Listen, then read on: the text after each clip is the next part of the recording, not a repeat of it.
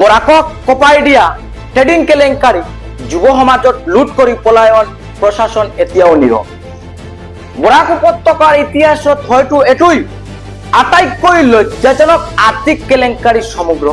এটা মুস্তাফিজুৰ নামক এজন লুবি লোকে ট্ৰেডিংৰ মিছা সপোন দেখাই বৰাকৰ শতাধিক যুৱক যুৱতীৰ পৰা কোটি কোটি টকা লৈ আজি পলায়ন কৰিছে। কিন্তু আটাইতকৈ দুৰ্ভাগ্যজনক কথা, এতিয়ালৈকে কোনো শক্তিশালী তদন্ত দল দেখা নাযায়। এইটো কেৱল টকাৰ প্ৰশ্ন নহয়, এইটো বৰাকৰ যুৱ সমাজ ভৱিষ্যত বিশ্বাস আশা আকাংক্ষা চুৰমান কৰি দিয়া এটা গভীৰ ষড়যন্ত্ৰ। মই আপুনি জনতা পাৰ্টিৰ অসম ৰাজ্যিক সভাপতি হিচাপে চৰকাৰ আৰু প্ৰশাসনক স্পষ্ট বুজিছো, দোষী এতিয়ালৈকে গ্ৰেপ্তাৰ কিয় নহল?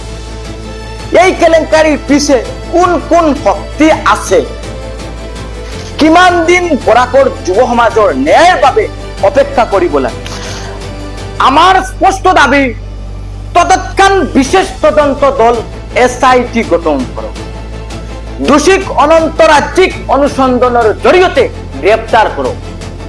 ক্ষতিগ্ৰস্তৰ প্ৰতিজন লোকে টকা ঘূৰাই দিয়াৰ বাবে নিশ্চয়তা দিয়ক। যদি প্ৰশাসন এতিয়া নীৰৱ থাকে, তেন্তে আপুনি জনতা পাৰ্টিৰ বৰাকৰ প্ৰতিটো গাঁৱে চহৰে এই বিষয়টো লৈ ৰাজপথত নামে।